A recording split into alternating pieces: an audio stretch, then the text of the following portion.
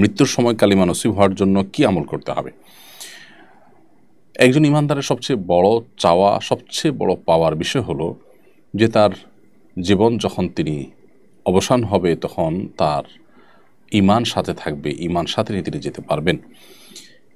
দুনিয়া থেকে যাওয়ার সময় যদি আমরা ঈমানদার হয়ে যেতে পারি, মান কানা আখিরু কালামিহি লা ইলাহা ইল্লাল্লাহ দাখালাল জান্নাহ, যে ব্যক্তির জীবনের শেষ কথা হবে লা ইলাহা ইল্লাল্লাহ, অর্থাৎ ঈমানের উপরে অটল অবিচল অবস্থায় যে ব্যক্তির মৃত্যু হবে সে ব্যক্তি জান্নাতে প্রবেশ করবে। অতএব মৃত্যুর সময় যেন আমাদের কালিমা নসিব হয়, মৃত্যুর সময় যেন আমাদের ঈমান থাকে, বিশেষ করে মৃত্যুর সময় শয়তানের সাথে ঈমানদারদের লড়াই হয়ে থাকে।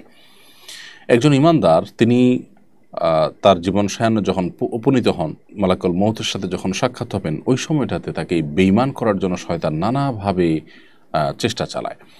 শয়তানের সেই চেষ্টায় অনেকে পরাস্ত হন, আবার অনেকে ঈমানের উপরে অটল থাকেন। এজন্য মৃত্যুর আগ মুহূর্ত পর্যন্ত একেবারে পুরো জীবনেই ঈমানের চর্চা করার পাশাপাশি মৃত্যুর মুহূর্তেও যেন ঈমানের উপর আমরা অটল থাকি, তার জন্য আমাদের বিশেষ যত্নশীল হওয়া প্রয়োজন। সেজন্য ভাই নূর মোহাম্মদ, আপনার প্রশ্নটি খুবই গুরুত্বপূর্ণ।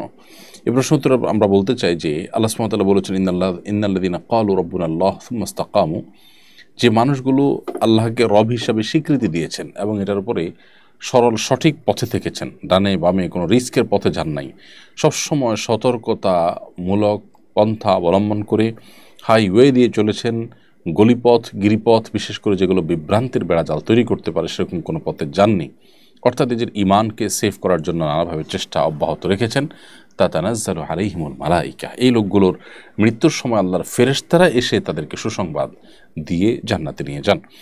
তো এই আয়াত থেকে বোঝা গেল যে আল্লাহকে রব হিসাবে স্বীকৃতি দেওয়ার পর এটার উপর অটল অবিচল থাকা, সিরাতে মুস্তাকিমের উপরে থাকা, সরল সঠিক পথে থাকা, কোরআন সুন্নাহর আলোকে চলা এবং বিভ্রান্তি বা সন্দেহের যে বেড়াজাল আছে সেখান থেকে নিজেকে দূরে রাখা, এটি মৃত্যুর সময় ঈমান নসিব হওয়ার অন্যতম একটি আমল।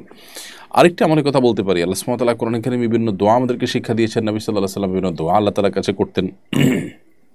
এর মধ্যে থেকে একটি দোয়া হলো কোরআনে কারীমের দোয়া, যে আল্লাহ সুবহানাহু ওয়া তাআলা ইরশাদ করেছেন, রব্বানা লা তুযিগ কুলুবানা বা'দা ইয হাদাইতানা ওয়া হাব লানা মিন লাদুনকা রাহমা, আল্লাহ একবার হেদায়েত দেওয়ার পর আপনি আমাদের অন্তরকে আর বক্র করে দিবেন না, বাঁকা করে দিবেন না, এবং আপনার পক্ষ থেকে আপনি আমাদেরকে রহমত এবং অনুগ্রহ দান করুন।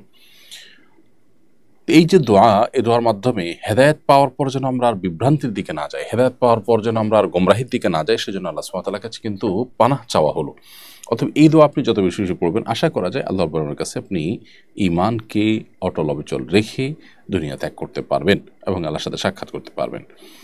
ঈমান মৃত্যু নসিব হওয়ার জন্য নবী সাল্লাল্লাহু আলাইহি ওয়াসাল্লামের অনেকগুলো দোয়া রয়েছে এবং অনেকগুলো আমল রয়েছে। কমন যে দোয়াগুলো আছে নবী সাল্লাল্লাহু আলাইহি ওয়াসাল্লাম প্রতিনিয়ত পড়তেন, সেগুলো আমরা পড়তে পারি। আর বিশেষ করে মেসওয়াকের আমলটির ফজিলত বর্ণনা করতে গিয়ে অনেক উলামা একরাম, অনেক বিশেষজ্ঞগণ বলেছেন যে ঈমানের মৃত্যু এর মাধ্যমে নসিব হয়। নবী আলাইহিস সালামের জীবনের শেষ আমল ছিল মেসওয়াক করা। জীবন সায়ান্নে যখন তিনি দুনিয়া ত্যাগ করছিলেন, ওই সময়টাতে তার অন্য এত কাজ থাকতে মেসওয়াক করার কি প্রয়োজন হলো যে তিনি মেসওয়াক করতে করতেই কিন্তু দুনিয়া থেকে চলে গেলেন। এখান থেকে অনেক উলামা একরাম মাসআলা বা ইজতিহাদ করে বলেন যে মিসওয়াকের ব্যবহার এটি মানুষের ঈমানের মৃত্যুকে ত্বরান্বিত করে এবং ঈমানের মৃত্যুকে সহজ করে। আর অনেক আমল আছে ঈমানের মৃত্যু নসিব হওয়ার জন্য, সে আমলগুলো আমরা করার চেষ্টা করবো ইনশাআল্লাহ তাআলা।